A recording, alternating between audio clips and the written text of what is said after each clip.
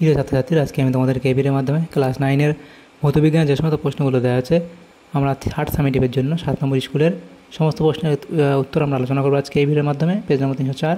এখানে যে সমস্ত প্রশ্নগুলো আছে এই 7 নম্বর স্কুলের সমস্ত প্রশ্নের উত্তর আমরা আলোচনা করবো আজকে এই ভিডিওর মাধ্যমে। তোমরা ভিডিওটা শুরু থেকে শেষ অবধি অবশ্যই দেখবে এবং চ্যানেলে যদি নতুন হয়ে থাকো অবশ্যই চ্যানেলটাকে সাবস্ক্রাইব করে রাখবে পরবর্তী স্কুলগুলোর প্রশ্ন উত্তর পাওয়ার জন্য। এবং এর আগের স্কুলগুলোর প্রশ্ন উত্তর আমরা আলোচনা করে দিয়েছি, তোমরা প্লেলিস্ট থেকে সেই প্রশ্ন উত্তরগুলো পেয়ে যাবে, দেখে নিও সেখান থেকে তোমরা সেই প্রশ্ন উত্তরগুলো। আজকে আমরা এই 7 নম্বর স্কুলের প্রশ্ন উত্তরগুলো আলোচনা করব এবং এই প্রশ্ন উত্তরের পিডিএফ তোমরা পরবর্তীতে আমাদের টেলিগ্রাম চ্যানেল থেকে পেয়ে যাবে।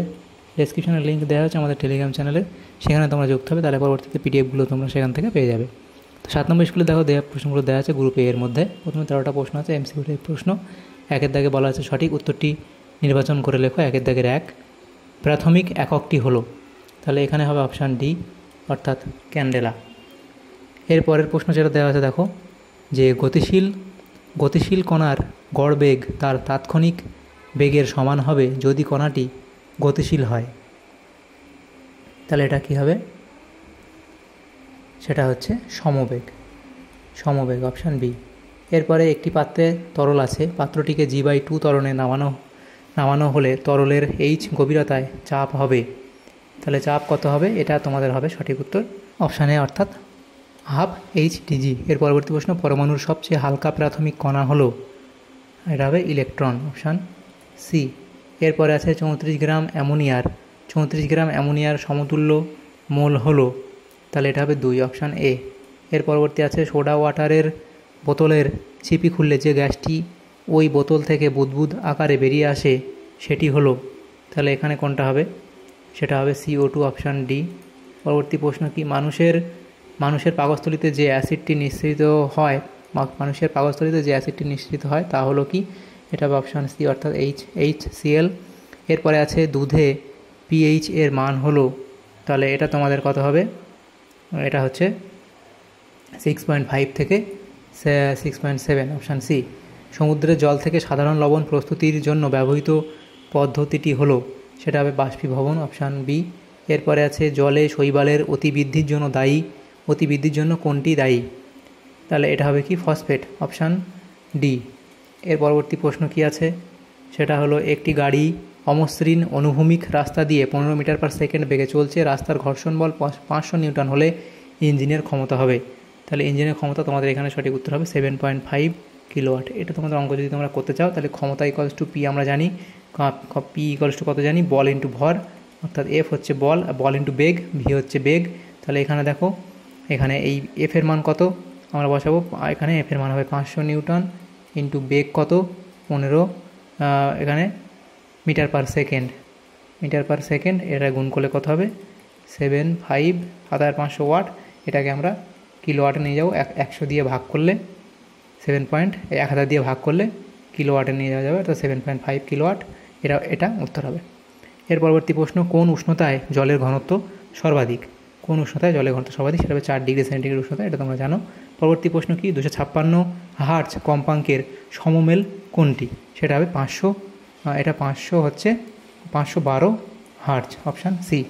এর পরবর্তী প্রশ্ন কি আছে দেখো, সেখানে বলা আছে কি? গ্রুপ বিতে যে প্রশ্নগুলো এখানে আছে দেখো 23টা প্রশ্ন আছে, 1 নম্বর করে দেওয়া আছে, 23 নম্বর এখানে নম্বর বিভাজন করা আছে।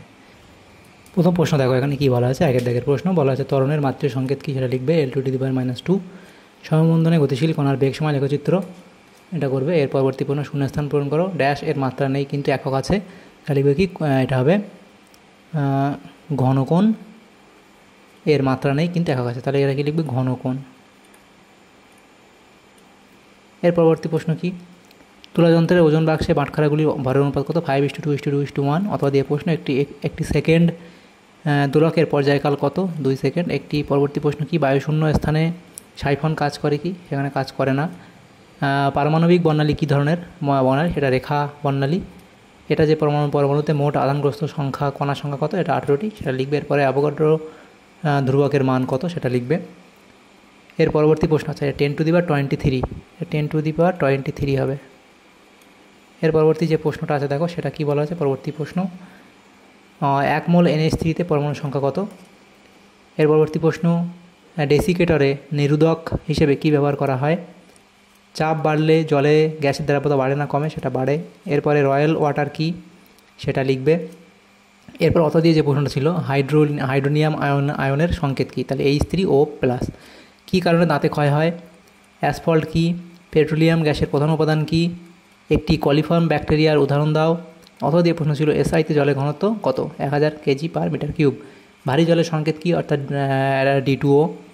পরবর্তী প্রশ্ন 1 কেজি মিটার সমান কত জুল, 1 অসক্ষমতা সমান কত কিলোওয়াট, এসআইতে আপেক্ষিক তাপের একক কী, তাহলে আপেক্ষিক তাপের একক কী লিখবে, জুল Kelvin⁻⁻1, এটা এভাবে লিখবে, জুল Kg⁻⁻1 K⁻⁻1।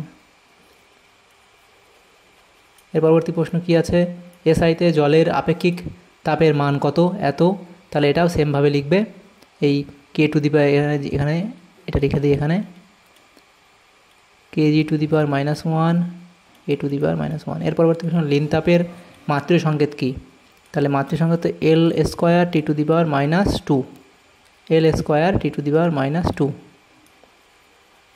এর পরবর্তী প্রশ্ন ময়লা জামাকাপড় পরিষ্কার করতে কোন ধরনের শব্দ তরঙ্গ ব্যবহার করা হয়, আল্ট্রাসনিক। এরপরে তরঙ্গের কম্পাঙ্ক ও পর্যায়কালের মধ্যে সম্পর্ক কী, সেটার কম্পাঙ্ক সমান 1/, পর্যায়কাল অর্থাৎ V = 1/T। আচ্ছা, এটা V না, এটা F লিখবে, F = 1/T। এটা না অর্থাৎ এটা না লিখলেও চলে, শুধু এটা লিখবে যে কম্পাঙ্ক পর্যায়কালের মধ্যে সম্পর্ক কী, কম্পাঙ্ক সমান 1/, পর্যায়কাল, এটাই লিখবে। এর পরবর্তী প্রশ্ন সত্য বা মিথ্যা লেখো। NaCl এর আণবিক ভর এত, তাহলে এটা হবে মিথ্যা। গ্লুকোজের আণবিক ভর কত, তাহলে গ্লুকোজের আণবিক ভর হচ্ছে এটা। পরবর্তী প্রশ্ন কি আছে, গ্রুপ সিতে যে প্রশ্নগুলো আছে 15টা প্রশ্ন 2 নম্বর করে দেওয়া, 22 নম্বর। তো এগুলো আমরা নেক্সট পেজে আলোচনা করব।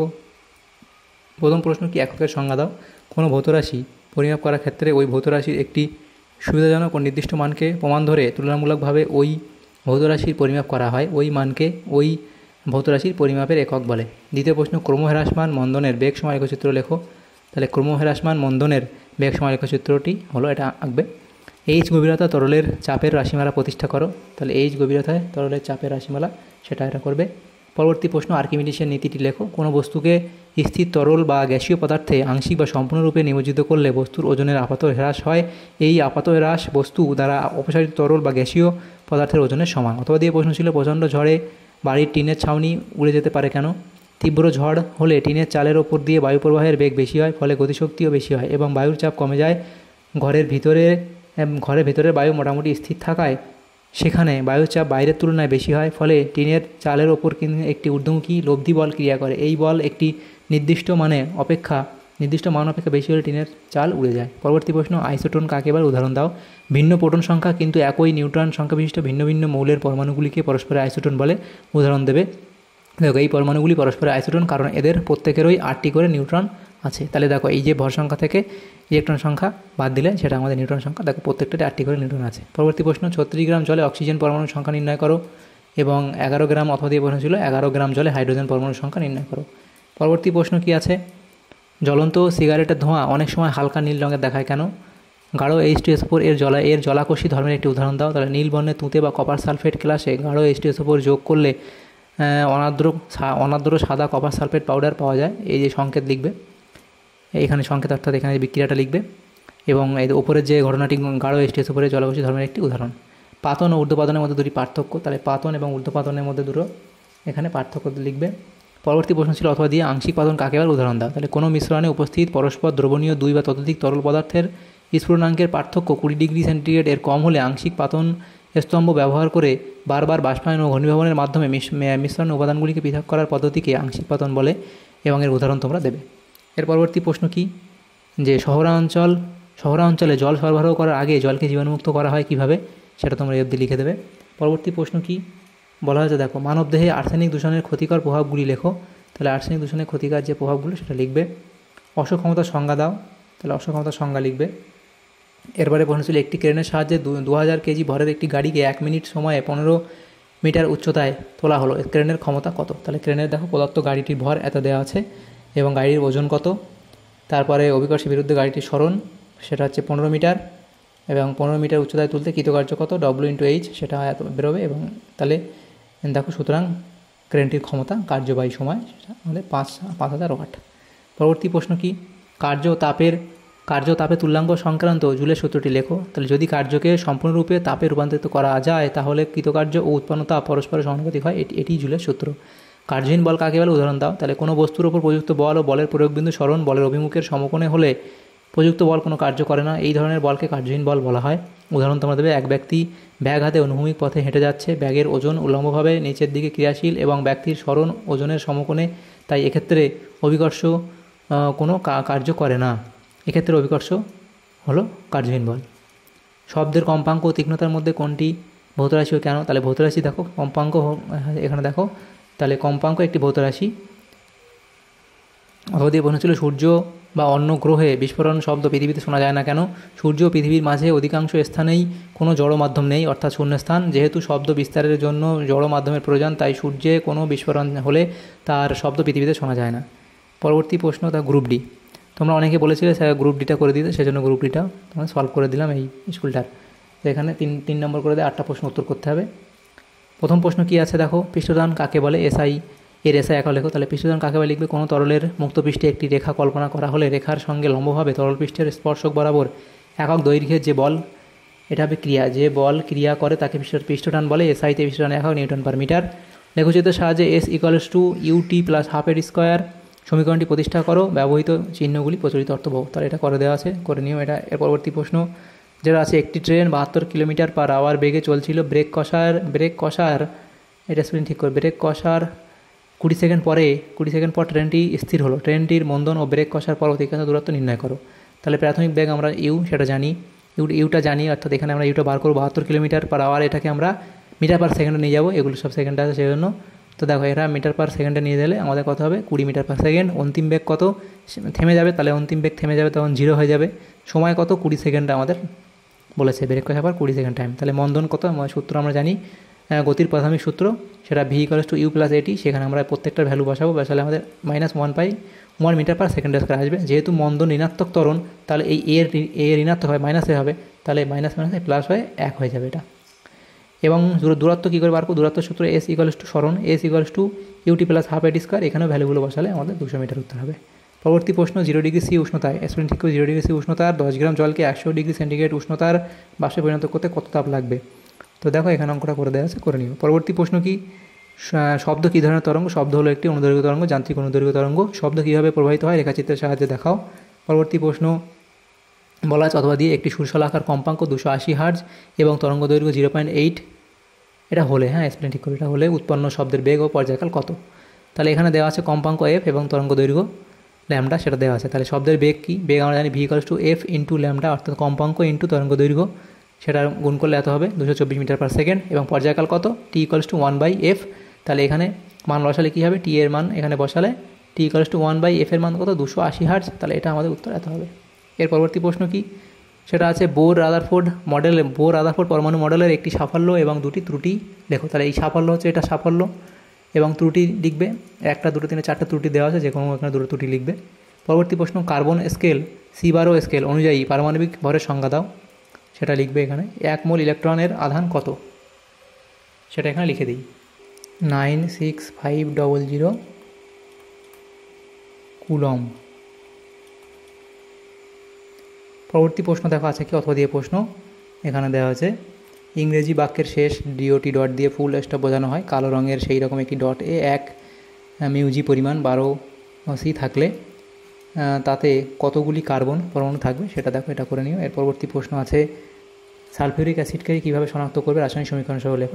এখানে পরীক্ষণীয় অ্যাসিডের জলীয় দ্রবণে বেরিয়াম ক্লোরাইড দ্রবণ যোগ করলে যদি অদ্রাব্য সাদা অদক্ষেপ উৎপন্ন হয় ও অদক্ষেপটি HCl বা HNO3 দ্রাব্য হয়, তবে অ্যাসিডটিকে সালফিউরিক অ্যাসিড বলে শনাক্ত করা যায়, সমীকরণ লিখবে। পরবর্তী প্রশ্ন এখানে আচ্ছা, এখানে তো আগের প্রশ্নটা ছিল 7 দাগের প্রশ্ন, 25 ডিগ্রি সেন্টিগ্রেড উষ্ণতায় 40 গ্রাম জলে 4 গ্রাম দ্রাব্য দ্রবীভূত করা যায়, দ্রাব্যটির দ্রাব্যতা কত? এখানে দেখো দ্রাবকের পরিমাণ, দ্রাবের পরিমাণ, উষ্ণতা কত।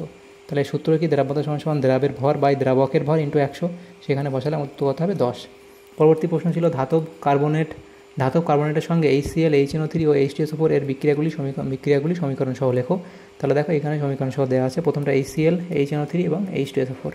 পরবর্তী প্রশ্ন কি আছে দেখো, তাহলে দেখো আমাদের এখানে এই সমস্ত প্রশ্নগুলি ছিল আমাদের ক্লাস 9-এর যে প্রশ্নগুলো ছিল ভৌতবিজ্ঞানের 3rd সামেটিভের জন্য, অর্থাৎ তৃতীয় পর্যায়ক্রমের মূল্যায়নের জন্য 7 নম্বর স্কুলের ভৌতবিজ্ঞানের এই সমস্ত প্রশ্নগুলো ছিল। সমস্ত প্রশ্নের উত্তর আমরা আলোচনা করলাম আজকে এই ভিডিওর মাধ্যমে। তোমাদের যদি সামান্যতম উপকার এসে থাকে ভিডিওটা অবশ্যই লাইক করবে এবং বেশি বেশি করে বন্ধুদের সাথে শেয়ার করবে। আর পরবর্তী যে স্কুলগুলো আছে সেগুলো প্রশ্ন উত্তর পাওয়ার জন্য অবশ্যই তোমরা আমাদের চ্যানেলটাকে সাবস্ক্রাইব করে রাখবে। Thanks for watching.